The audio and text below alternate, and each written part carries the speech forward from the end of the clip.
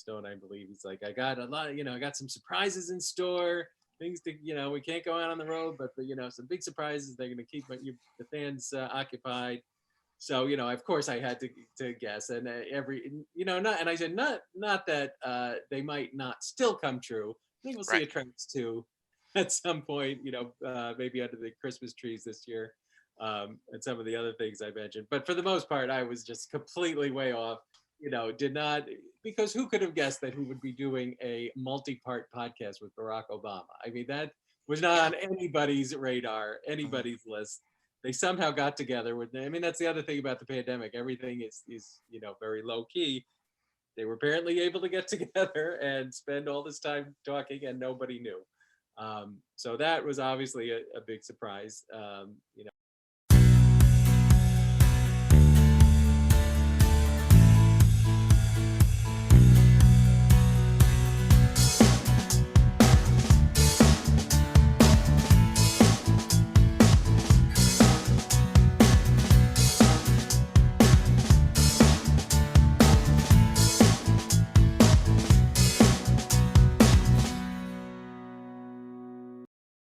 Hello, everyone, and welcome to a new episode of Set Lusting Bruce, your podcast all about Bruce Springsteen, his music, and mostly his fans.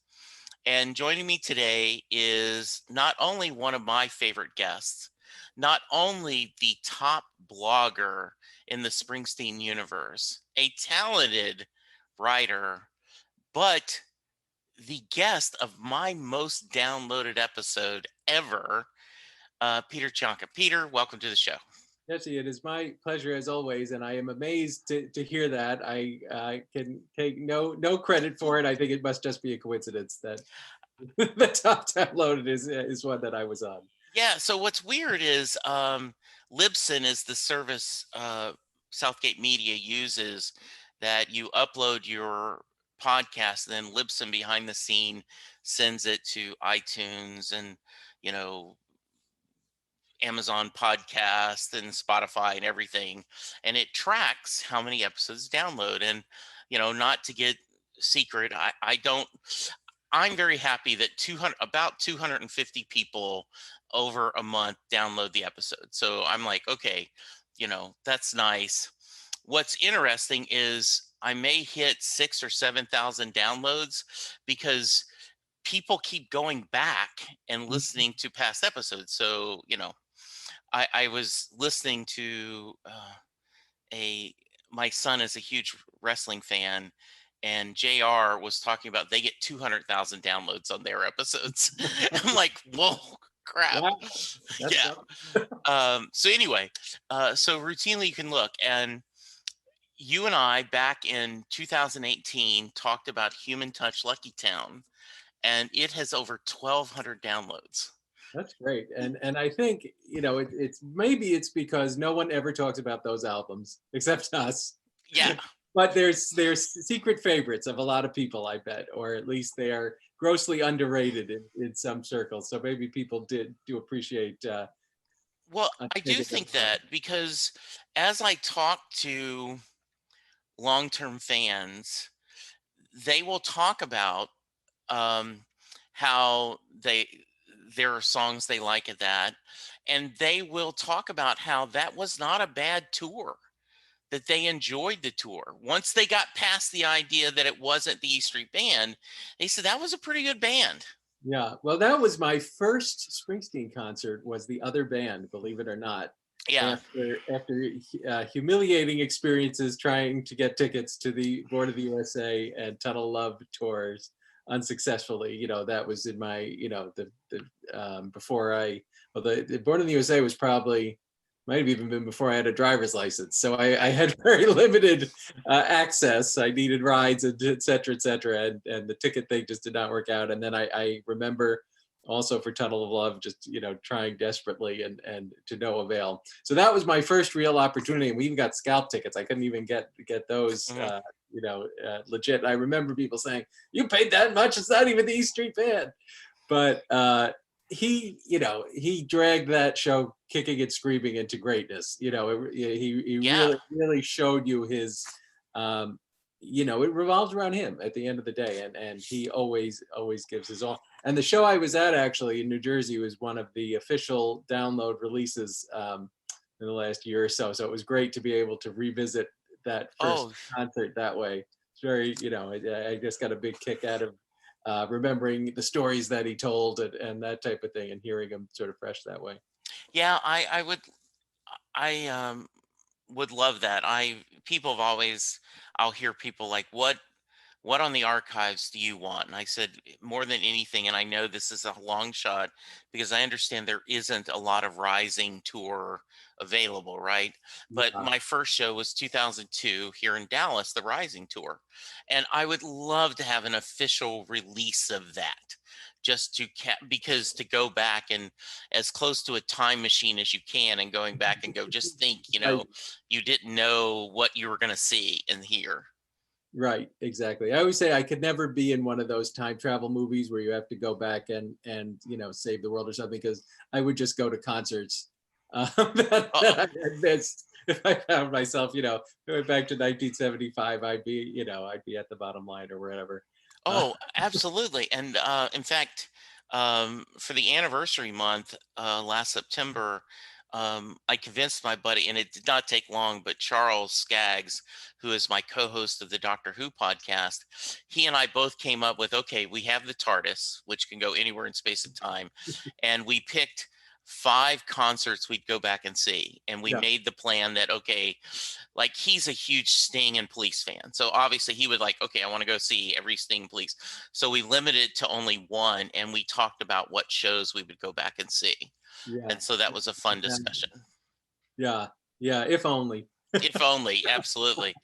Um, so I I wanted, and this is, I had not talked to you in advance about um, asking you this question, and so please, if you don't want to share, don't. But I listen to, because I'm a Springsteen fan as well as a podcaster. So I listen to everyone's podcasters, everyone else's. So I listen None But the Brave, and the guys do a good job. It's a very different kind of podcast. Mm. Um and and there's the discussion about what should be released and what shouldn't on the archives. And do you have any hot sports opinions or hot archive opinions about those? Because these guys almost think of it as a historical, oh, this show is so historical, it has to be released. And I'm like, I just want to know if I want to listen to it or not.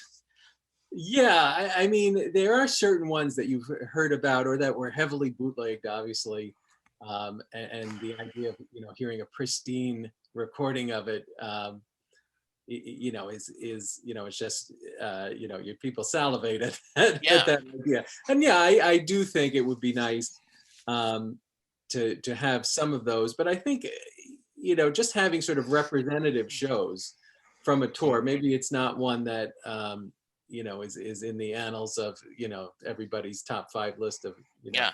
greatest shows. Because I think at the end of the day, only a certain number of people were at each of these. Yeah. It's impossible to pick the best, and every one of them is meaningful to the people who were there in their own different individual way. So Yeah. it's hard to say. I mean, I would, and I get the Rising thing, and I know there were technical difficulties. And whenever there's, they just released, I think, the 5th reunion tour Yes. show as part of the series, and I'm like, okay.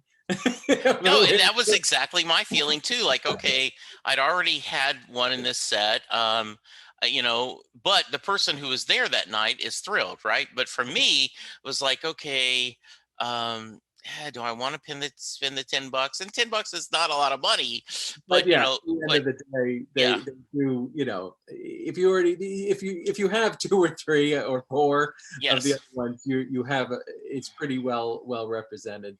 yeah, I mean, I definitely do not get all of those for that reason. Money doesn't grow on trees. yeah, And, but I think I have, a couple from each tour, yes, that they've released, and a couple from the, when he was in more recent years when they were releasing every show, ones yeah, that either got really good buzz or that I was at. yeah, Uh, exactly. Um, so, but yeah, no, I'm trying to think of what are the big shows? Is it like Main Point? I don't think has come out mhm. officially. And that's, there's really obviously high quality bootleg of that, Yeah. that's been around 3 years. I think they've gotten probably gotten to most of them now, and now they're selling them, in the, that box set, uh, Yes, I saw that. where you could just buy the empty box if you already Yes. if you already had all the CDs for $15 plus shipping and handling. I They'll think sell that's you a pretty box. amazing. Yeah, yeah. Yeah, like, okay, hey, we're gonna embrace that. Did um how are you and your family doing? I do want to catch up with COVID. I think, and we're going to talk about. You have a new Pet Peeves book out, and I love more social than distant, the quarantine collection. And so one of the themes of the strip over the past year is, your family dealing with what we're dealing with. And so I'm feeling that this is a little bit of autobiography between you and Dave, at Yeah. least some. But how Yeah, are you guys definitely. doing? Doing all right. I mean, we are so lucky. I don't want to complain about anything. I could work from home. Um, my wife, who's a teacher, my college instructor, most of her classes, went online, and she was able to do that. Um, but it's, like for everybody, it's tough. And I really, listening to President Biden the other night, talking about the details of life that have been lost Yeah. over the last year. When this all started, my son was a senior in high school, was supposed to be captain of his baseball team. They didn't play. My daughter was in college. Now he's in college doing it from here because he'd be sitting in his dorm room because they're on total lockdown. So it's those things that you lament. But having said that, so many people have gotten sick. People have lost loved ones. People have died. It's just a really bizarre time to be living through. Um, so we're just, like everybody else in the world, literally, we're just, trying to make the best of it. Um, and and you listen, just to relate it back to what we are talking about before, the loss of live music, or being able to go out and experience that sort of camaraderie, with a room full of strangers. That's a big loss. I was certainly wasn't at a concert every weekend, but I remember I did have tickets to a Josh Ritter show in Boston last March. And, right, they canceled it, a couple of days before, like they canceled everything else. Yeah. And it was a real sign of things to come. And, just the impact on, musicians and their livelihood. It's been something. But again, I'm not going to complain.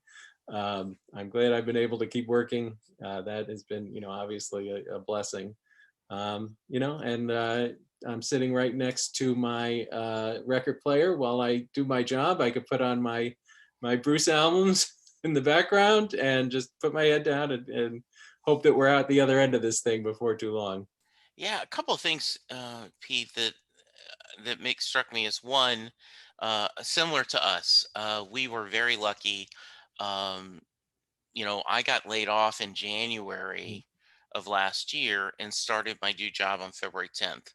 And we've all said, "Holy crap, what if they had waited to lay you off in February?" Right? Like, oh, we don't want to lay off Jesse right at the beginning of the year. Then trying to find a new job during a pandemic, got lucky there. And then uh, the company I ended up working for does roadside assistance for RVs. And all of a sudden, our business boomed Mm-hmm. because of the RV industry went crazy. So we have joked about it, that, my boss said, "Yeah, I didn't ask you in the interview. Oh, by the way, if we have a worldwide pandemic and we have to send everyone at home, how would you handle that?" so, uh, so we made the decision to go back in the office toward the end of May, um, because summers are so busy. And up until just 2 weeks ago, um, every day when I walked in, the front office manager had moved her office to the front of the building, took her temperature, and asked, "Have you been exposed to anyone with COVID? Have you had a Yeah. fever in the last 24 hours? Have you had an unusual cough or shortness of breath?" I mean, every person who walked in, she answered that. And our governor unwisely, I think, said, "Oh, no mask. Everyone's open 100%." Um, and so our owner said, "Okay, we're going to keep wearing masks if we're not at our desk, but I will loosen. I don't think we need to." And I've got my first I've gotten one of two vaccines. I got the Pfizer just this week. How about anyone in your family? Yes, I have not yet, and because I rarely leave the house, that's okay. Yes, exactly. um, my my wife in Massachusetts, and this was a bit of a controversial decision on the part of our governor, Charlie Baker, but he said if you bring an elderly person to get vaccinated, you as their companion can get vaccinated, even if you're not eligible yet. So my wife had already had plans to bring her aunt, who is 90, Mhm. and so she was able to get vaccinated along with her when she went in. And my son is waiting, but he is a grocery worker, Okay. in his over the summers and when he's home. He works for Market Basket up here in Massachusetts, so he will be Yeah. eligible in the next round. He's hoping to get it, and Yeah. luckily my parents, my in-laws, all the people in that age group have Oh, gotten it. good. So we That's great. really feel like, okay, we're getting there. This thing is, we're getting a handle on this thing, and we're gonna get through it. So Linda asked me after I got my first shot, she goes, "Okay, in a couple weeks, you're going to get your second one. Um, are you tempted at all to go to the Rangers? Because the Rangers are opening their new stadium last year. No one got to go except select people, and then they hosted playoffs in the World Series." She goes, "I said no. I mean, that's stupid to be 100% occupancy till we're 100% inoculated." She goes, "Well, what would you go?" I said, "Okay, I will admit, if Bruce did a show, I'm going to take the chance. I'm going to wear my mask, but I'm going to take the Yeah, chance." She goes, "Well, of course, that goes without saying. You're an idiot and you would go." She goes, "Luckily, Bruce is not as dumb as you are and he won't do this." yeah. I don't think we'll be seeing him before next year sometime. Yeah. But in Well, Mass, they're opening stadiums at I think 12% yeah. capacity. So we're talking about it. Yeah. Because I know your son adores baseball. Yeah, I mean, he really wants to get there. So I think if we're vaccinated, Yeah. they're spreading people out, best they can. We might give that a shot. And it is, you're getting a lot of mixed messages about, well, what can you do after you're fully vaccinated? Right. Well, you could go sit with your grandparents, but you can't get on a plane. You can't this, that, and the other Yeah. thing. So we'll sort it all out. Absolutely. But I But I agree. If Bruce decides to go back out, that will probably be my reintroduction Yes, I would later. just and I just loved my wife so much that she didn't even try to argue with me. She's like, "Yeah, that's a lost cause." Okay, if you die doing that, I would say he died doing what he loved. Let's celebrate his life. Um, you wrote just recently a blog that I adored, and I'm going to quote this poorly, but basically, I'm over on guessing Yes, what Bruce's surprises had in store for 2021. yes. You want to share a little bit about that? Well, yeah, I did. So at the beginning, you remember at the very beginning of the year, he told Rolling Stone, I believe, he's like, I got a lot, I got some surprises in store. Things to, we can't go out on the road, but some big surprises. They're going to keep the fans occupied. So of course I had to guess, and not, and I said not that they might not still come true. I think we'll see Right. a trends too at some point. Maybe under the Christmas trees this year, and some of the other things I mentioned. But for the most part, I was just completely way off. Yes. Did not, because who could have guessed that he would be doing a multi-part podcast with Barack Obama? I mean, that was not Yeah. on anybody's radar, Mhm. anybody's list. They somehow got together with. I mean, that's the other thing about the pandemic. Everything is very low key. They were apparently able to get together and spend all this time talking, and nobody knew. So that was obviously a big surprise. The Jeep ad nobody saw coming. Yeah. Uh, and again, I think he filmed it a week before. They kept it Yeah. really, really under wraps. And what I referred to in the headline of that post, the other thing, Yes. meaning his unfortunate arrest and ultimate exoneration on Yes. those DUI charges in New Jersey, which I pointed out that happened in November, and he did that interview in January. So when he said there's going to be some surprises, he may He very may well have been that's thinking pretty about funny. that because he knew he wasn't going to get away with sweeping that under the rug. Yeah, I had a lot of emotions. I've talked often on the podcast of how little controversy Bruce has had in his career. I mean, a failed first marriage, I guess, and the timing of when he started with Patty, maybe, Wow. if you're scoring at home, maybe, oh, this was bad. But overall, he's done very little, and to get a DWI was kind of shocking. And it's funny, a couple people, I won't name names, but reached out to me that are in recovery themselves, and their concern was, oh, I hope this isn't a sign. Like, he's had depression. Is Right. this a sign? And I hope he's okay. Like, I Yeah. hope this is not, and was very much not a judgment, but just a concern. And then when you get the rest of the story, as Paul Harvey used to say, oh, wait, this is what this is about, was made me I still question, Bruce, there's a pandemic, why are you drinking Yeah. tequila that other people gave you? But I was glad to hear it, and I thought the joke about, yes, I can pay the $500 was a fun little exclamation point. Yeah, I mean, I agree. That's in my circles that also came up at the time. Is hope this pandemic's not getting to the poor guy. Yeah. Um, and I think unfortunately, he's obviously become more outspoken in his older years about his political views and where he feels the country should be going. So certain personalities and media outlets are looking for any opportunity to Yes. drag him through the mud. The New York Post obviously made a lot of hay with this. Yeah. Um, it is what it is. But as soon as the details came out, we were all like, of course That's he pulled exactly. over and to these group of complete strangers. And I mean, Yes. that's just who he is. I don't think he cannot. It would have Well, and killed him to drive by. right, and it was the weekend where President Biden was, President-elect was made official, right? That it was official. So I'm Right. sure there was a lot of celebration going on. Yeah. Did switching to the Jeep ad, I just throw it out there. I wasn't offended by it. I don't care. I don't care. I guess I probably wouldn't have cared if he used Born in the Estate of Chrysler back then. Yeah. Hey, whatever you can do to earn a buck, I'm fine. I love the ad, but then I'm a 61-year-old white guy who, who, who will. In fact, I thought it was fake at first, Peter, because I'm like, this looks like outtakes from Western Stars. Did someone pull shit together and just make this?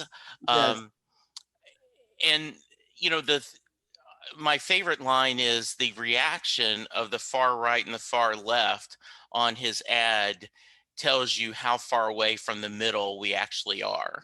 Yeah. So you've talked a little bit on your blog, but just go ahead and share any thoughts Yeah. you want to share.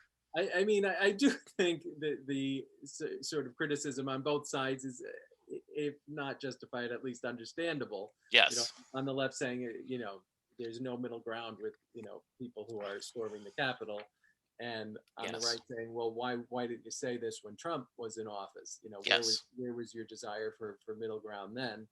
And I get them. I get both of those arguments. I do. The sentiment, though, I thought was a good one. We have to start somewhere, uh, Yes. and working towards the middle. And it sort of, I thought, echoed a lot of what Biden said on the campaign trail and since he was elected. Yeah.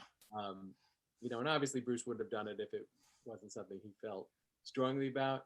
I think I said in the blog, I could have seen like somebody like Bob Seger maybe doing, being a better choice because nobody knows what he thinks about anything. Yes. So Yeah. he got out there and said, we all need to be doing like Bob is right. Yes. Whereas with Bruce, it's like, liberal, blah, blah, blah, blah. Yeah, exactly. So it is what it is. I don't think it, and I did a poll both on my blog and for my day job at Mhm. Boston.com. We did polls on this, and in both cases, while some people had problems with the content, nobody seemed to fault Bruce really for doing a commercial. Right. It's at this stage of the game. You got Dylan doing commercials for Victoria's Secret, and Yes, who knows exactly. what Yeah. else? I mean, all the rules have changed.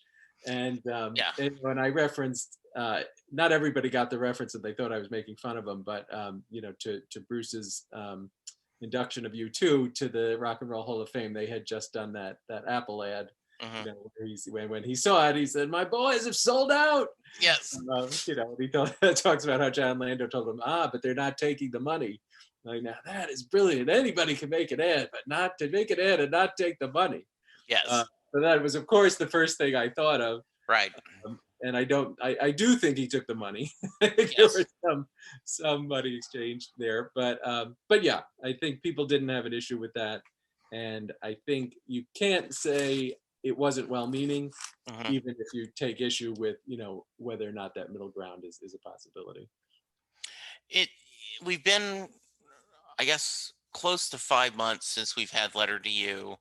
I've been very vocal last year that I said if I got a new Springsteen album in October, a new president in November, maybe 2020 will not be the worst freaking year ever. Yeah, yeah, Um, I still, Western Stars has aged well with me, and Letter to You has aged well with me. I am very impressed that this late in your career, you're you are hitting, if not home runs, solid doubles or triples. Right? This is yes, really good. yeah. What are your thoughts? Yeah, I think you just nailed it. I mean, some people would say, oh, I mean, they were over the moon over Letter to You, and as if it was on par, with the Born to Run. But I think you can't even, you have to place them on the continuum, and you can't even do that kind of comparison. But like you said, I mean, it's for a late career release, it really it was it had that old feel to it in terms of the type of rock and roll it was, but the themes were so much more applicable to where he is today. So it really was a nice merging sort of those worlds, and some of it is just among his best stuff. I think Letter to You and Ghost, I think, are both terrific. Stand right up there with anything he's done. I think "See You in My Dreams" is one of his most beautiful songs. I already told my wife I want it played at my funeral, and I'm not even kidding. I think Well, it just it captures that that feeling of loss and yeah, memory, and yeah. what people mean to you. And during this time, obviously, could it be more timely and appropriate? And I like the old songs too. I think you know like by the time you get to "Song to Orphans," it's almost like he was clearly listening to so much Dylan Yes. at that time. It's almost like a spoof, at a certain point. But the other two in particular, I loved, and who knows what the hell he's singing about, but just the way the words trip over each other and come together. It was such a great reminder to sort of that period in his songwriting life, when he was doing that type of writing, and the fact that he was able to sort of bring that forward, with his current sound. It was just a great experiment, and I do like how he is reaching back. He's done this basically since Wrecking Ball, I guess, where finding things that Hmm. he's done on live here and there, or that he are on a demo somewhere, and giving them proper releases. It feels like he's trying to wrap things into a bow, in terms of his recorded output, and make sure it's all there for the people of, who are listening down the road. And I think that's worthwhile. Having said that, I think, in terms of the whole East Street sound on the album, it's almost like a "Be Careful What You Wish For" kind of thing. Like, you're never going to get the river again. I mean, it's Right. just, and we shouldn't want that, I think, at this stage. So I find, even though I really love the Letter to You as an album, I find I appreciate more when he goes off the beaten path a little bit, like with Western Stars. Mhm. Wrecking Ball is still maybe my favorite album, certainly post Rising. Well, that and Magic are probably Right. neck and neck.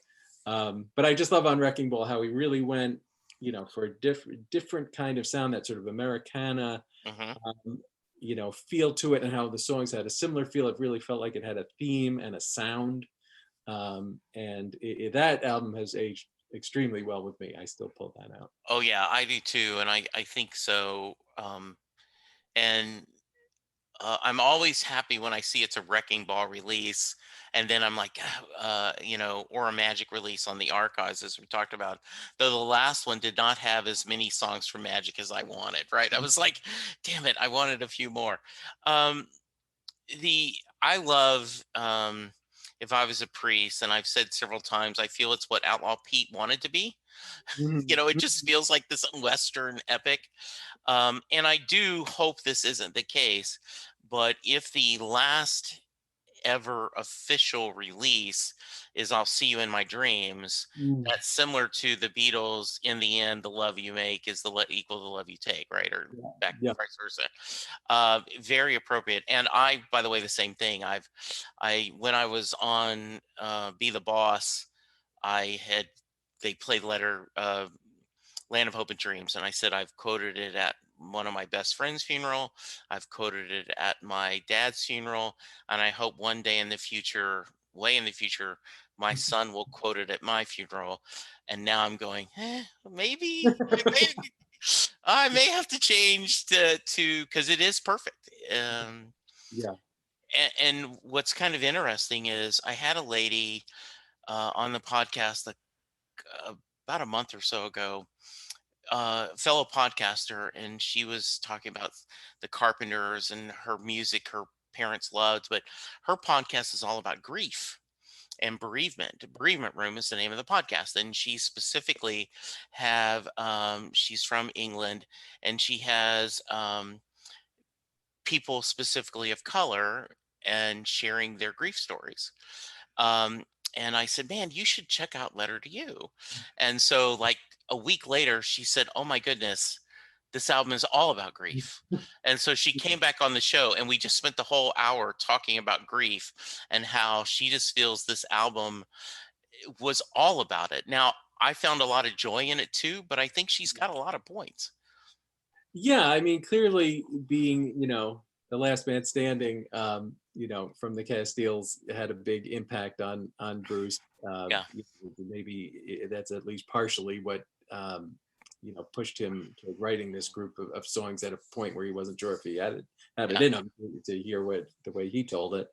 Um, and that's how he, and that's always been his greatest gift, how he's able to take these things that he is experiencing and feeling, and through his work, make it into something that is relevant to all of us, mhm, to the human experience, in yes, addition to his individual personal experience. And that, I think, is where this came through. It's also um, the one thing that was very different though about this album, I think, is it was like his first album, I would say, that is for musicians.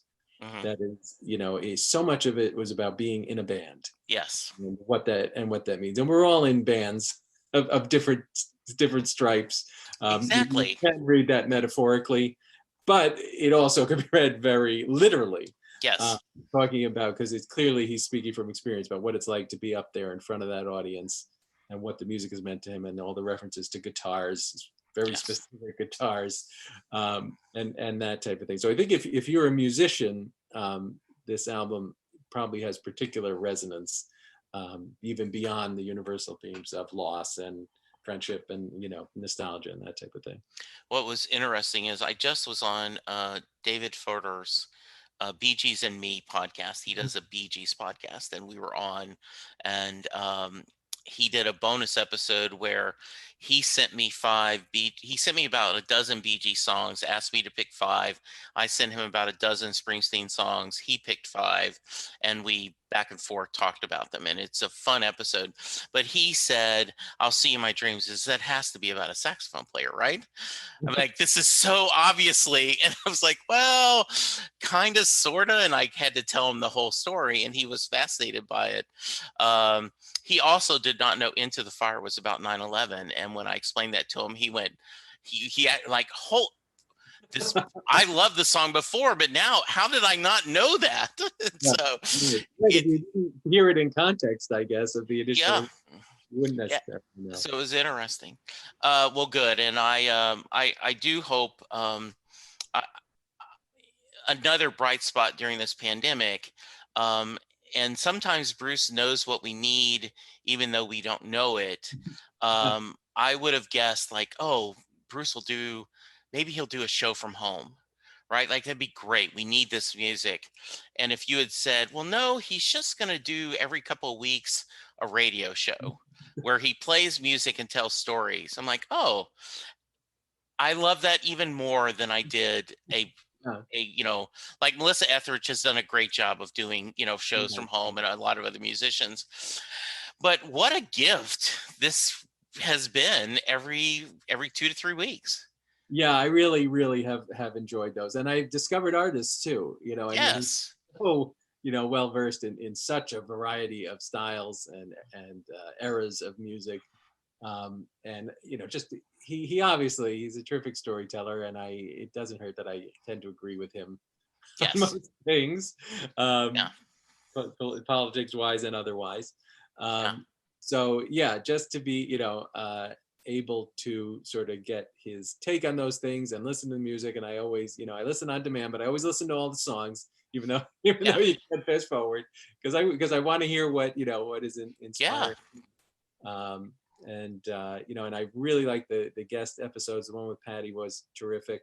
I Yes. liked a lot, and I discovered Laura Nyro, who I never, I only vaguely knew about, and I went back and listened to all her stuff, um, and the one with Stevie and Southside. It's just to hear these guys, after all these years, just laughing and relating these old memories. What a pleasure, to sort of even be on the outside looking in at Well, and to hear them go, how did this song not make an album?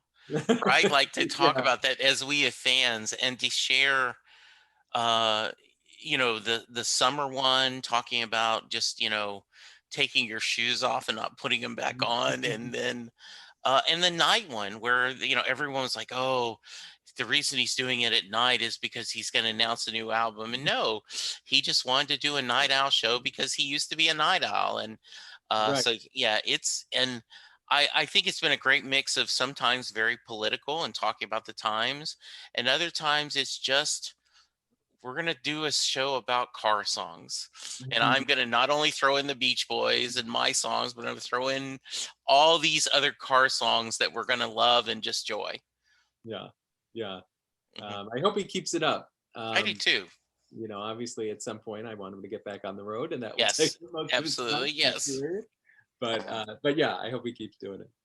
All right, let's switch to, I had you on the show a while back, and you were doing a Kickstarter because you, I guess you have multiple gigs. You're a day writer, you do your blog, but you also do one of my favorite comic strips, Pet Peeves.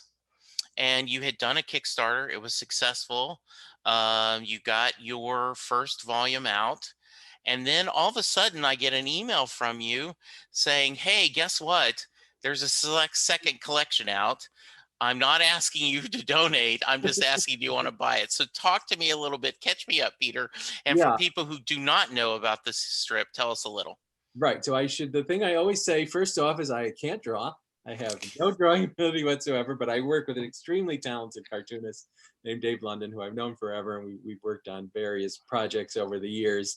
And we came very close to being syndicated cartoonists several times during the 90s and early 2000s, and then never quite panned out.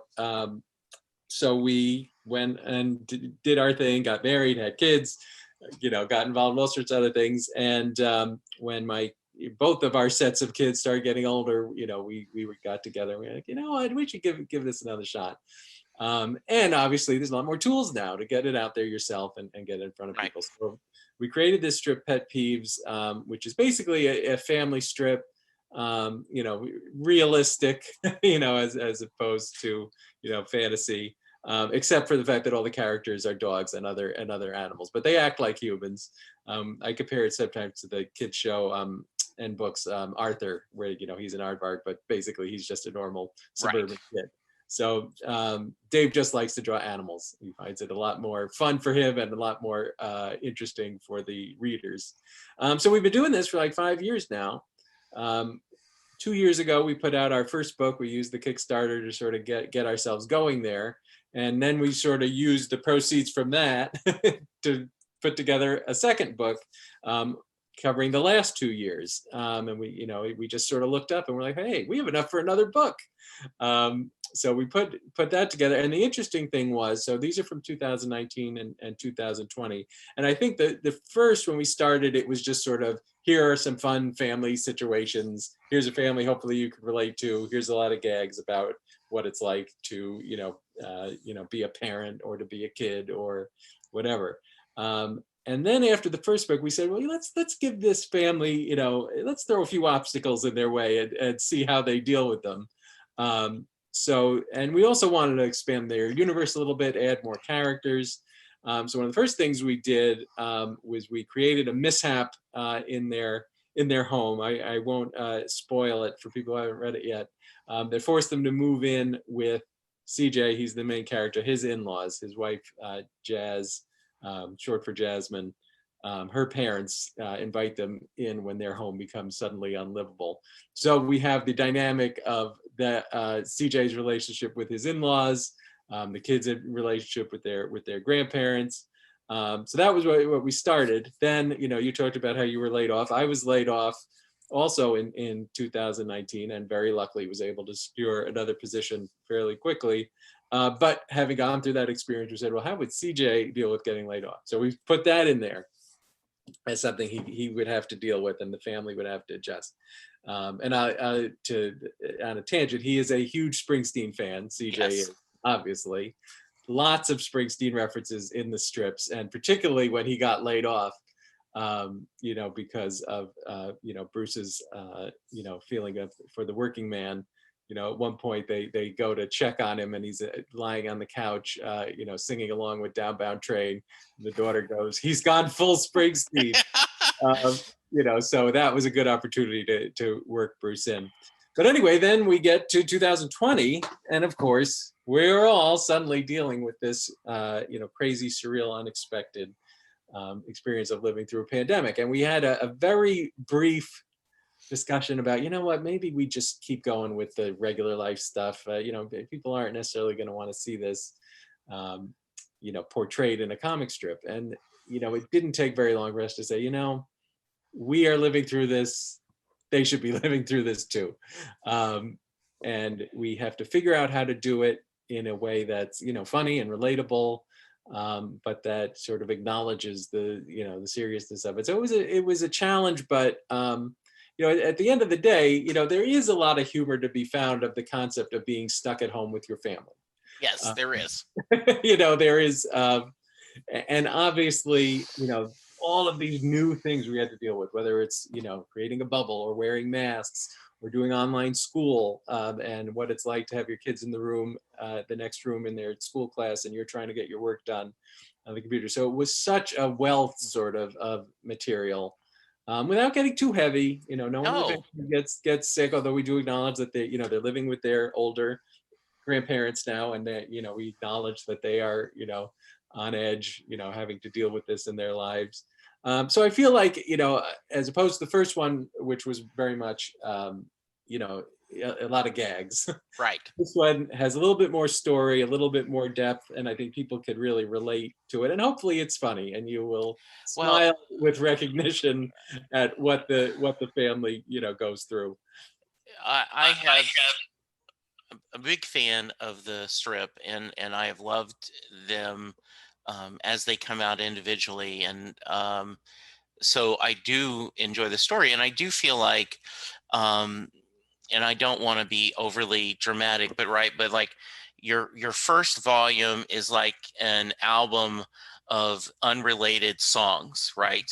That are all nice, but then the second one, okay, well, I'm going for a theme, and I'm not saying this is Pet Sounds or Darkness or Right. Sergeant Pepper's, but it is we're doing a theme, and I do think that you got a little bit of luck by, okay, we're going to have a move in with the parents just for that dynamic, and now all of a sudden you have not just you've got six people in the house and three different generations dealing with Right. this pandemic. And so a a I would think, as someone who's loved the strip, has given you a whole different dynamics, not only for family dynamics but with the pandemic. Exactly, exactly. And that's why we had to do it. Yeah. And we actually had to really, we also host our own podcast, although Yeah. we got into it a little bit during the pandemic, called Strip Search, the comic strip podcast. And we Right. actually gathered a group of really thoughtful and talented cartoonists soon after this to talk, who had also similarly started to Yeah. tackle it in their strip, talking about why they made that decision and how they've been approaching it. And I think at the end of the day, what you write and draw is filtered through your own experience. And when it's when it's this all consuming, Hmm. it is very I would imagine it'd be very hard not to want to express through your characters or through your work Yeah. what it means to people. Yeah. It was toward the middle of March last year, all the way till a little, almost the end of May. I worked from home, and my son had moved in during the summer. For various reasons, he ended up having to move back home, and he was just thinking about getting his own place. And then the pandemic happened. He's like, okay, well, this is kind of dumb, because if I had had my own place, I would have packed everything up and brought him and his pup Charlie to Yeah, stay with you guys. I'm not going to sit in my apartment alone. So um, you can see here, this is the front room where the computers are and where I do podcasting. To the left over there is our living area. And so that's where I would put my laptop where I'm working. And my poor wife would be stuck in the bedroom, right? mhm. Like, because she's like, I'd come out and like, Chris is on a con call, you're on a con call. I'm like, okay, I'm just going back to bed. Like, I don't want to get in their way. And it was, now the plus side, right around 4:35, like, okay, it's happy hour, whether it's Diet Coke or bourbon or whatever, like, okay. And then sad to say, okay, we made a Trump um, bingo card, and we would watch the daily Trump things and like, oh, he called it China virus. Okay, I've got that.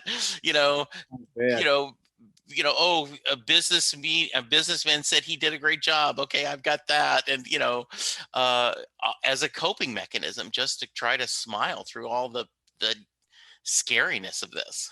Yeah, no, exactly. Yeah, we had on several occasions we had four separate Zoom calls going on at once. My wife's teaching a class, I'm doing work.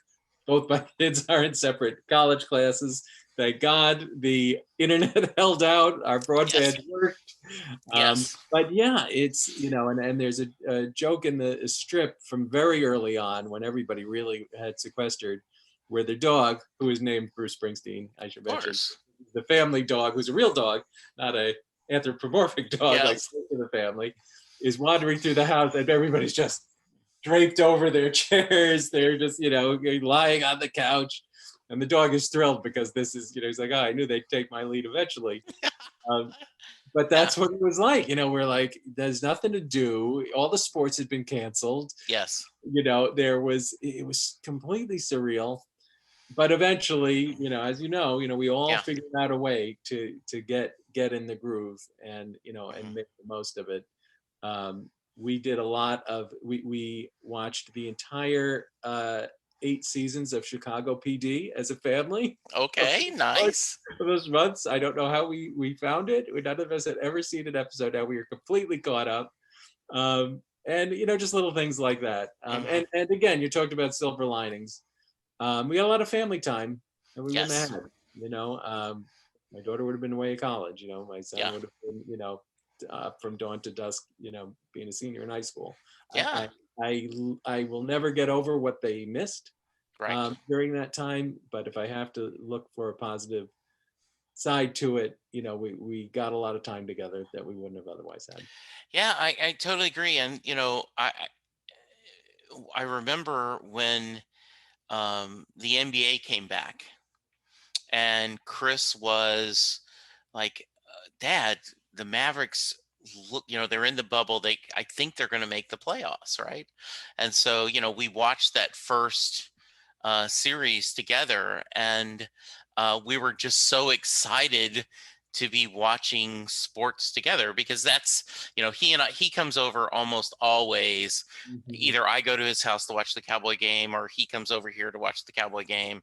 And so or if we are separate, we're texting constantly, so this is our thing. So it was good to see. Um, and it was really nice. Now, probably right around Labor Day, he said, "Okay, I've had enough.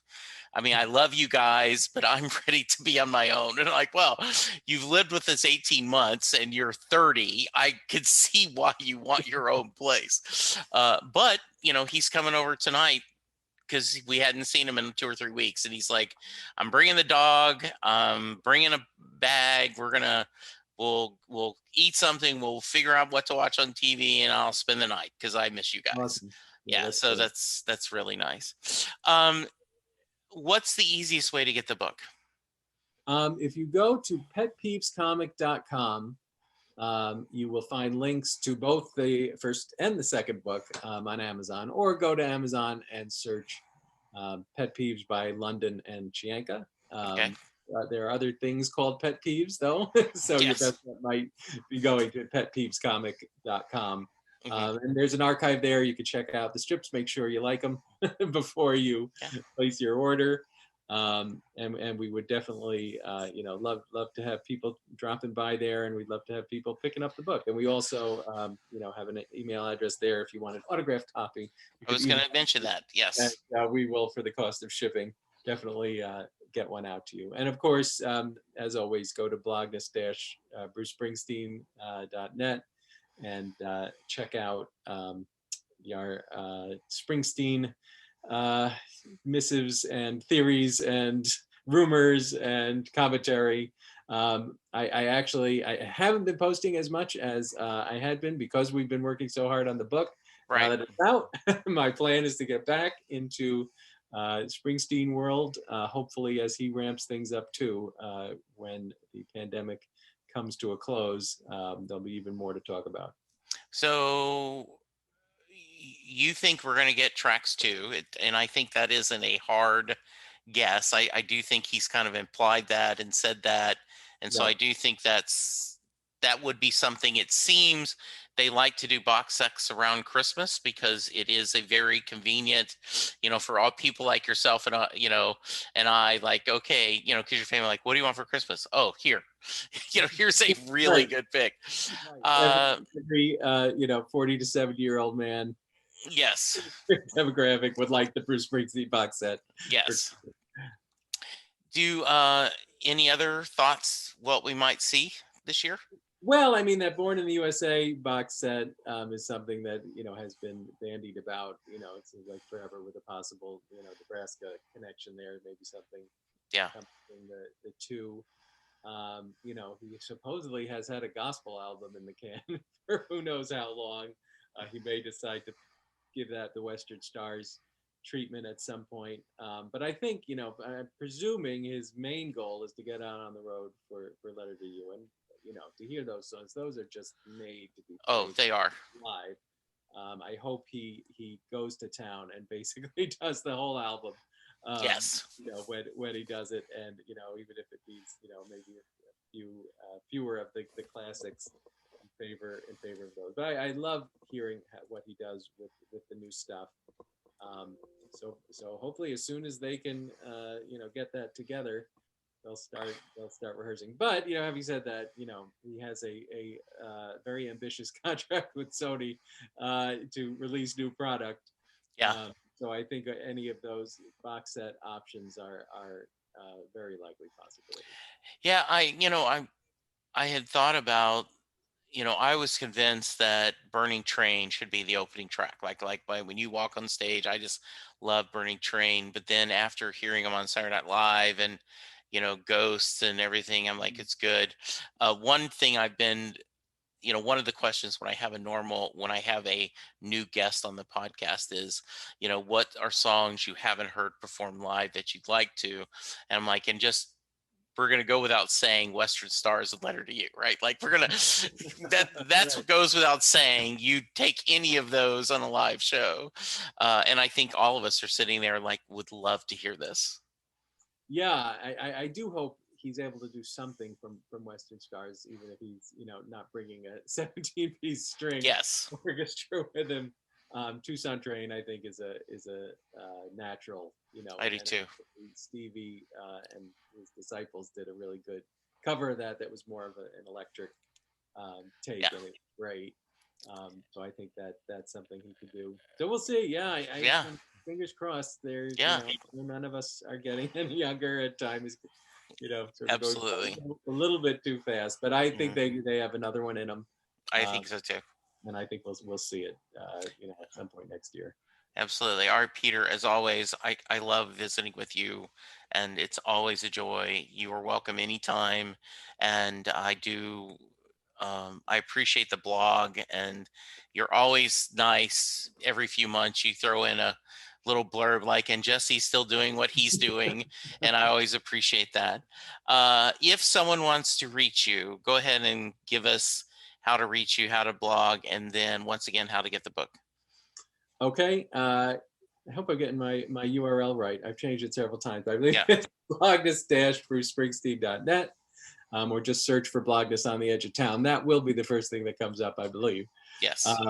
for the Bruce stuff. And then petpeevescomic.com to see our archive of comic strips and how to order both the old book and the new book, which is called More Social Than Distant, a Pet Peeves Quarantine Collection.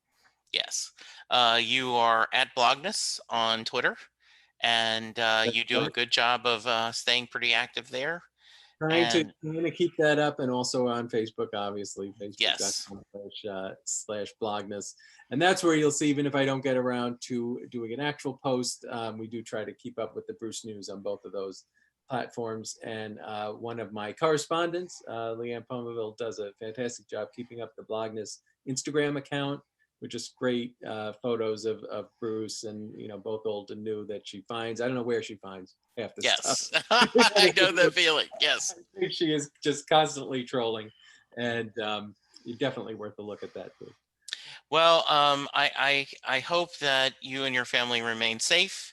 Thank I you. hope that you and your family, I know you and your son, but also the rest get to go to a game, somehow this summer safe.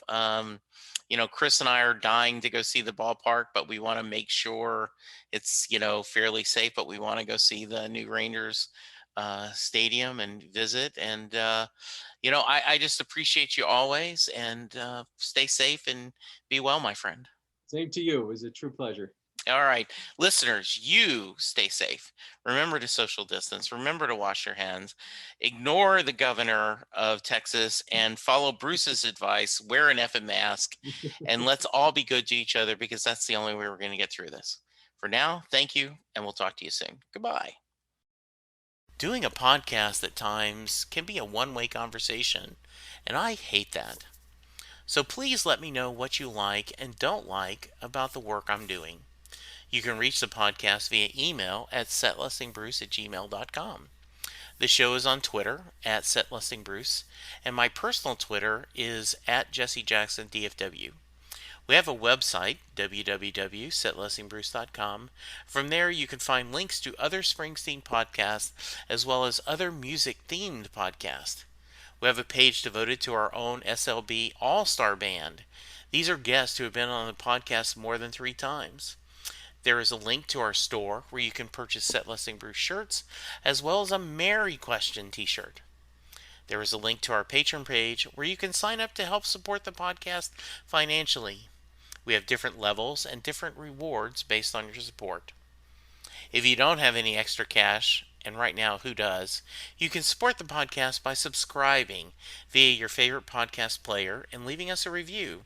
The more reviews we have, the easier it is for people to find us. And please tell a friend about the podcast, especially if they love Bruce or music, because it will make a difference.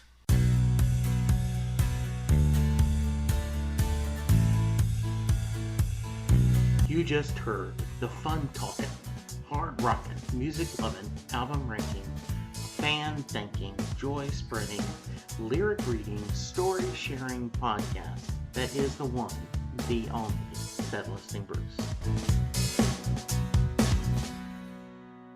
Set Listing Bruce is part of the Southgate Media podcast group. The theme for Set Listing Bruce was written by David Rosen, used by permission.